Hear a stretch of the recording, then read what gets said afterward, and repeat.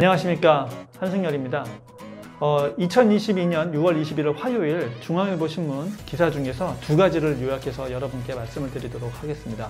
첫 번째는요, 3면에 나와 있는 경기 침체 우려에 외국인 매도 폭탄, 코스피 2400 깨졌다라는 내용으로 여러분께 말씀을 드리도록 하겠습니다. 미국 1년 내 경기 침체 확률이 44%라고 합니다. 금융위기 초기보다 비관적 전망을 내다봤습니다. 코스피가 2400선을 지키지 못했습니다. R의 공포라고 하죠. 리세션, 경기 침체의 공포에 국내 금융시장이 요동치고 있습니다.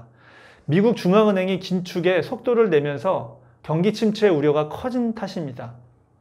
20일 코스피는 전 거래일보다 2.04% 내린 2391.03의 거래를 마감했습니다. 이날 장중에는 2372.35까지 밀리면서 기존 52주 최저치 2384.49를 경신했습니다. 주가를 끌어내린 건 외국인이 매도 폭탄을 터뜨렸기 때문입니다. 이날 외국인이 코스피 시장에서 6,628억 원어치를 순매도했습니다. 개인이 1,833억 원과 기관 4,448억 원 그 매수에도 불구하고 이를 방어하기에는 역부족이었습니다. 올해 2022년 들어서 외국인은 국내 증시 코스피하고 코스닥을 합쳐서 무려 18조 4,960억 원을 팔아치웠습니다. 이러한 분위기 속에서는 아무래도 국내의 굵직한 대기업의 주식들이 가장 큰 영향을 받을 수밖에 없습니다. 기존에 우리가 대장주라고 불리는 삼성전자가 그 대표적이라고 볼 수 있겠죠. 그런데 앞으로가 더 큰 문제입니다. JP모건은 지난 17일 보고서에서 향후 2년간 침체에 빠질 가능성이 63%, 3년간 경기 침체에 빠질 가능성은 무려 81%에 달한다고 내다봤기 때문입니다. 외국인의 거센 매도세에 원화 가치도 동반 하락하고 있습니다. 미국의 고강도 긴축으로 경기 침체에 빠질 수 있다는 공포에 안전자산인 달러 몸값이 뛰고 있기 때문입니다. 이로 인해 원화값은 달러당 1,300원 선을 훌쩍 넘어설 것이라고 내다봤습니다. 자, 두 번째 내용입니다. 26면에 있는 이 김정식의 이코노믹스라는 코너인데요. 제목은 수출 증대, 무역 흑자 유지해야 외환 위기 재발 막아 라는 내용으로 말씀을 드리도록 하겠습니다. 최근 미국의 연방준비제도는 계속적으로 금리를 올려서 연말에는 3.4%를 넘어설 것으로 전망하고 있습니다. 이러한 가운데 한국은 과거의 금융위기 때와는 달리 반도체 경쟁력이 더욱 높아졌고 외화 보유액도 4,500억 달러를 가지고 있는 등 펀더멘털이 튼튼해 이를 우려할 상황이 아니라는 견해도 있지만 미국 금리 인상 충격을 과소평가하는 것은 위험하다고 볼 수도 있습니다. 왜냐하면 이번 경우에는 한국의 가계부채가 국내 총생산 GDP에 차지하는 비중이 104%로 세계 주요국 중에서 가장 높기 때문입니다. 현재 부동산 버블이 있는 상황에서 급격한 금리 인상은 심각한 결과를 초래할 수 있습니다. 이러한 상황에서 미국 금리 인상으로 인한 자본 유출을 막기 위해서 한국은행이 금리를 큰 폭으로 올릴 경우 가계부채 부실은 물론 부동산 버블 붕괴로 금융시장과 외환시장이 불안해질까 우려가 됩니다.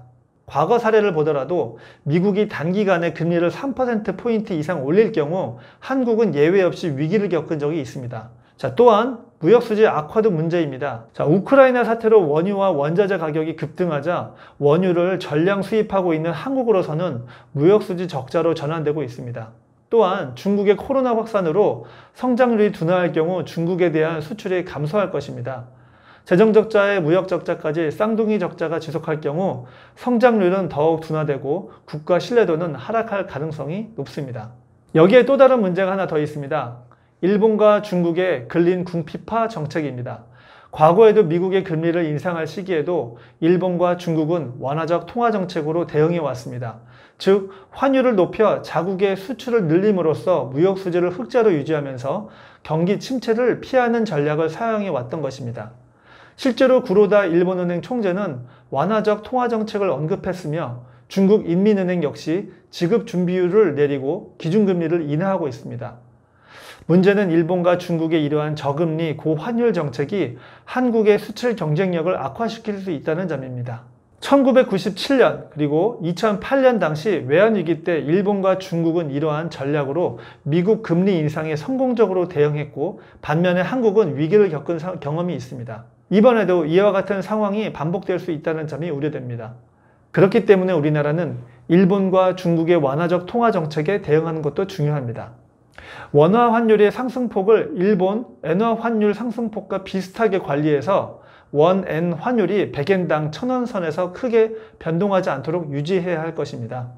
한중일의 산업구조가 유사하고 수출 또한 경쟁 품목들이 많다는 점에서 삼국 간의 환율 관계가 수출에서 중요한 정책 수단이 될 수 있습니다. 국내 정치 여건 또한 불안정합니다. 우연히 일치인지 모르겠으나 1997년 외환위기 때나 2008년 미니 외환위기 모두 정권 교체기에 발생했다는 점이 그 이유입니다. 1997년에는 김영삼 정부에서 김대중 정부로, 2008년에는 노무현 정부에서 이명박 정부로 이양되는 시기였습니다. 지난 정부가 경기 침체와 부동산 버블 그리고 재정 건전성 악화에도 불구하고 자본 유출로 위기를 겪지 않았던 이유는 한미 통화 스와프와 무역수지 흑자 때문이었습니다. 그러나 최근 한국의 무역수지 적자 폭이 커지면서 원화 약세가 더욱 커졌으며 외국인 주식 투자 비중이 31%에 달한다는 점을 고려하면 외환시장 안정을 위해서 한미 통화 스와프가 반드시 이루어져야 합니다. 지난해 말 종료된 한미 통화 스와프가 재개될 수 있도록 현 정부는 미국과의 협력을 강화해 국내 외환 유출을 최대한 막고 외환 공급의 안전판을 마련할 필요가 있습니다. 오늘은 여기까지고요. 다음번에도 좋은 내용이 있으면 요약해서 여러분께 알려드리도록 하겠습니다. 여러분 감사합니다.